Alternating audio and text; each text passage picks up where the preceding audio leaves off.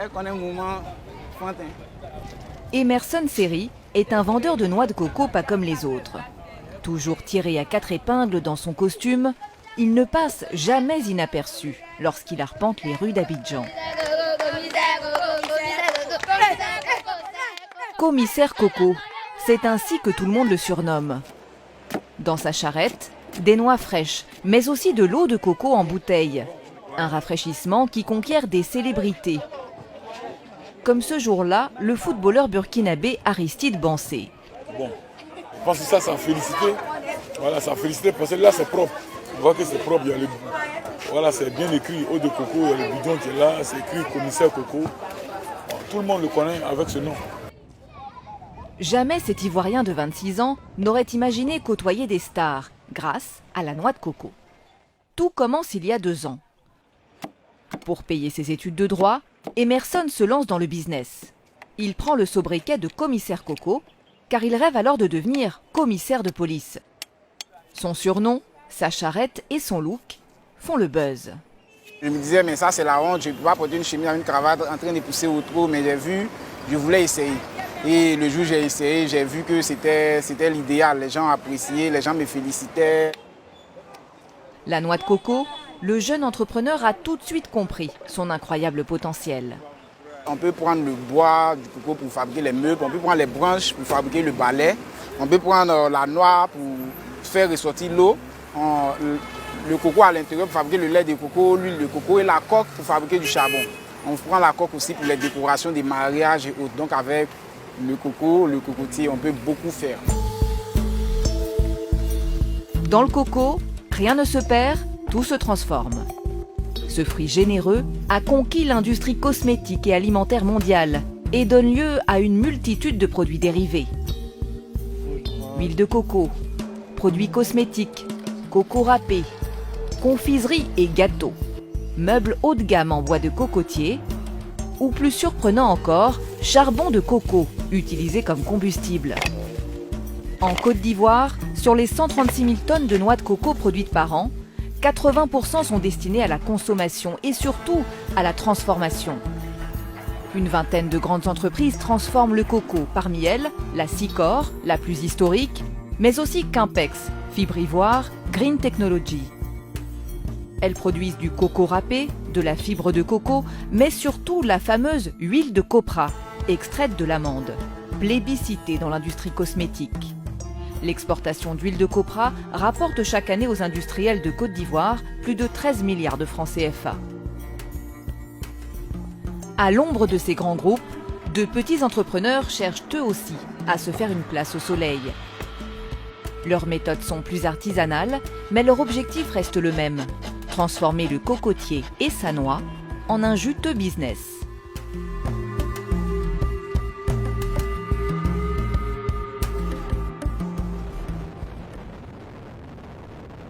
C'est à 60 km d'Abidjan, à l'entrée de Jacquesville, que nous retrouvons commissaire Coco. Ce jour-là, il a troqué son costume pour un simple maillot de foot. Dans sa charrette, 5 kilos de noix sèches, achetées au marché du village, à partir desquelles il compte fabriquer de l'huile de coco. Prends les assiettes, on va aller casser le coco. C'est ici, dans l'arrière-cour d'une maison familiale, que se déroule la production. Un environnement pour le moins sommaire. N'ayant pas les grands moyens, je viens ici avec l'aide de certaines sœurs pour m'aider à faire mon huile de coco en attendant que j'ai de grands moyens pour m'installer à Abidjan. Ici, pas de machine, tout est fait à la main, de façon artisanale. La pulpe de coco est d'abord extraite, puis lavée à l'eau claire.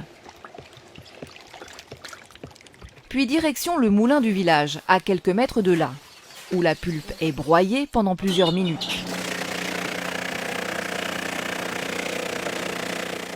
On obtient un produit à l'aspect farineux.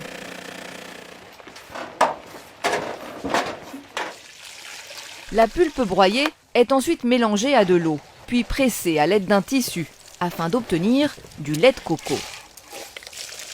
C'est à partir de ce lait que l'huile de coco pourra être extraite.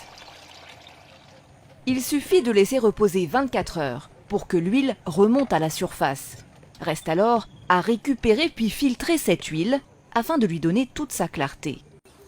Après avoir conservé le liquide pendant 24 heures, elle nous a fait ressortir cette huile-là, claire, limpide, qui sent bon et qui brille très bien, avec plusieurs vertus.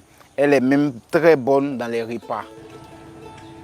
Une huile vierge, 100% naturelle, sans conservateur ni additif. La vitamine E qu'elle contient est un antioxydant qui permet d'éviter certaines maladies. Problème, difficile d'imposer cette huile dans les cuisines des Ivoiriens, habitués à consommer la très populaire huile de palme. Alors, pour rentabiliser son activité, le jeune entrepreneur produit un autre type d'huile de moindre qualité, obtenu grâce à une technique très différente. Le lait de coco est ici chauffé pendant plusieurs heures. Résultat, une huile pressée à chaud. Ici, le liquide a été mis au feu. Voilà, ça va prendre 2 heures à 3 heures pour pouvoir faire ressortir l'huile pressée à chaud, qui va ressortir sous la couleur rouge. Elle a moins de vertus que l'autre. Moins de qualité nutritionnelle et gustative, mais tout aussi bonne pour les affaires.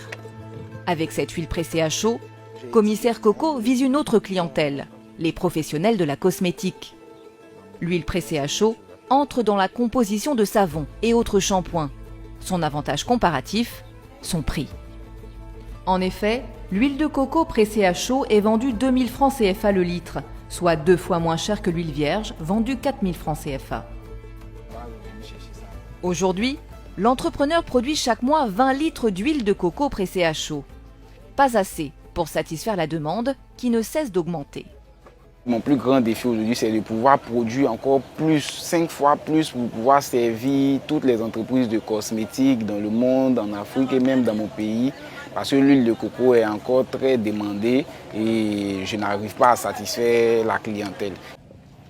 Le rêve de Commissaire Coco, investir dans des machines pour accroître sa production et conquérir l'industrie de la cosmétique. Un marché porteur à Abidjan.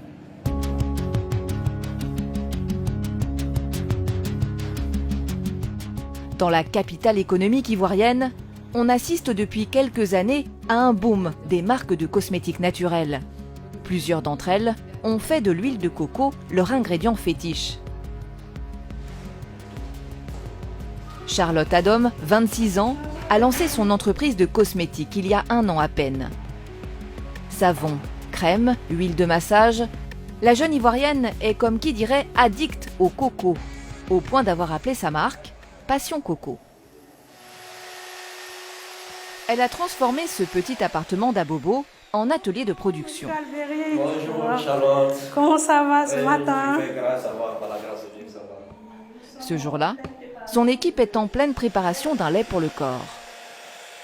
Un ingrédient incontournable, une huile de coco pressée à chaud, en provenance, là encore, de Jacquesville.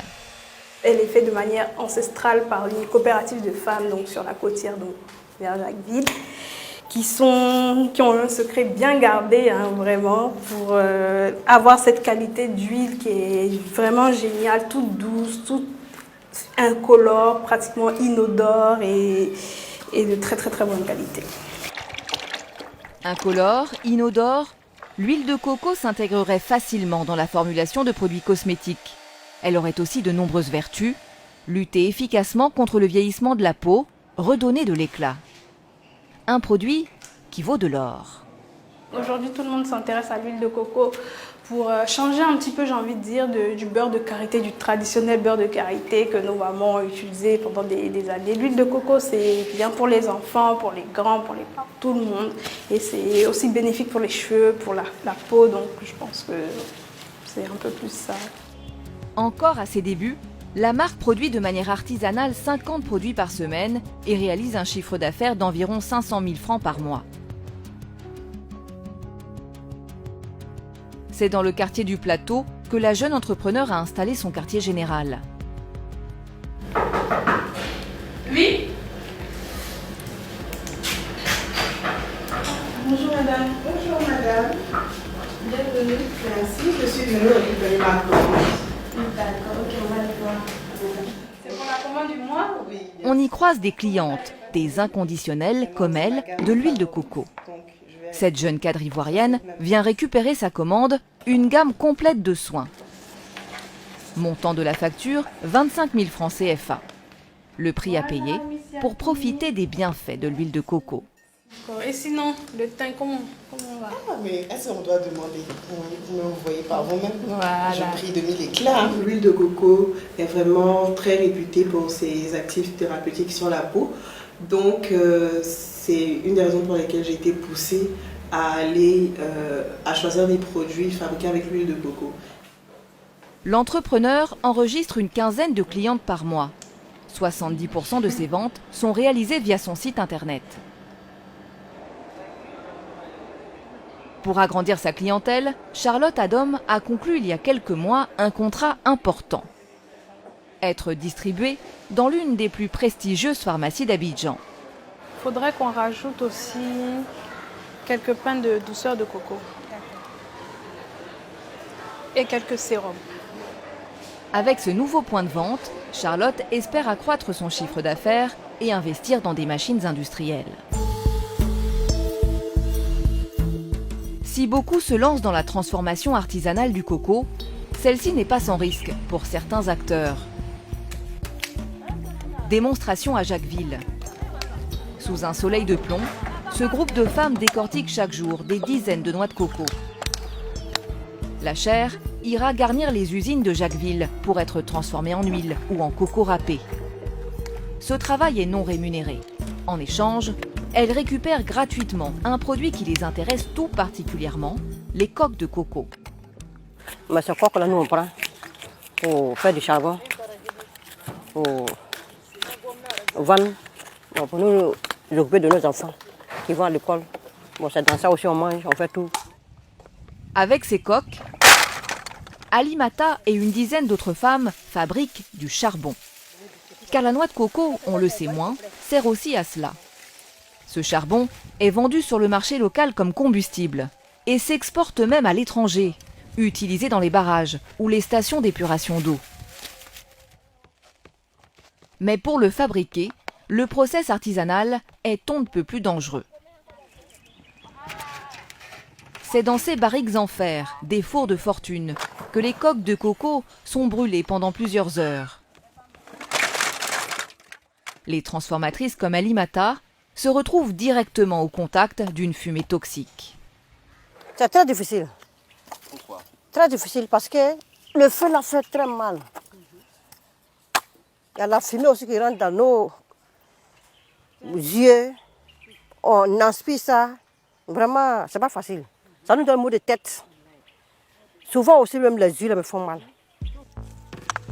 Problèmes respiratoires, problèmes oculaires. Chaque mois, Alimata est obligée d'arrêter sa production pour se soigner. Une production qui affecte sa santé et qui s'avère peu rentable. En une journée, elle parvient à produire un sac de charbon, vendu au prix de 2500 francs CFA sur le marché local.